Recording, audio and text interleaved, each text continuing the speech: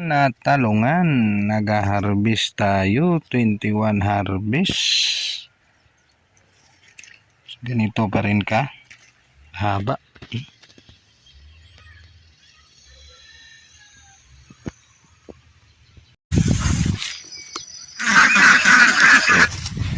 Dali lang. Napakasimple.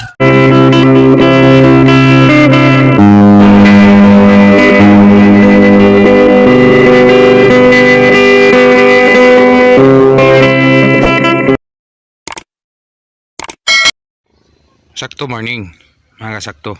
So ngayon nasa 21 harvest tayo na ating sitaw. So 21 harvest, ano ba yung quality? Pero still pa rin, believe ako ni Star Premium talaga ng Condor. Again guys, hindi tayo binayaran ni Condor guys ha. Nadyan totoo lang itong ating ginagawa. Yung ating pagkuha nito is realidad talaga na yun ang ating variety. So nasundan yung mga previous video natin, ganun pa rin. So same, 21 harvest, ganito pa rin yung quality. Napakaganda. So alam natin na sa ating pag tatanim ng sitaw, again first time ito, pero talagang na-amaze ako sa variety ito. Kahit yung iba nagtatanong kung ilang harvest na, so nagtaka sila bakit ganon sir, bakit ganon, bakit ganito, ganyan pa rin ng haba. So yung iba may maliliit naman, pero marami talaga yung mahaba, yung good quality, yung kumbaga sa arrangement, yung class A. Yung class A nung kukuha is marami. So yung nakukuha ko ito, yan, marami-rami. Masukal na yung ating sitawan. More or less nasa 1 or 2 harvest na lang siguro ito.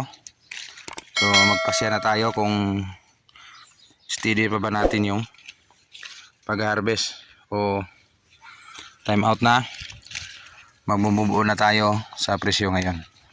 Pero hindi na tayo talo nito kasi ilang harvest na, may nabigay na si sitaw. Again, may malaki ng tulong ni sitaw sa atin. So yung puno niya hindi na tayo nito, pero kausapin muna natin bago siya tanggalin sa ating area o papalitan ng ibang tanim o masyadong lugi na, yan, mag-decide na tayo.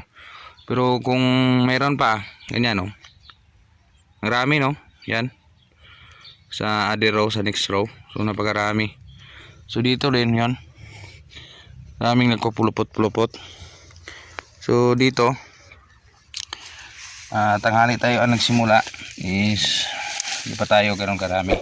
Mag-segregation mamaya, papakita natin kung system, kung makuha pa natin yung target more or less na makuha na kilo. So yan, sitawan, yung Sakto TV na talungan. Talungan o sitawan ngayon. Natalungan, nag-harvest tayo, 21 harvest. Ganito pa rin ka haba.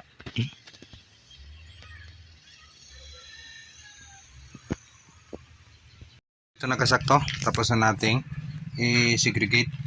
So ngayon, so ito nasa more or less nasa 15 siguro kilos. At ito nasa almost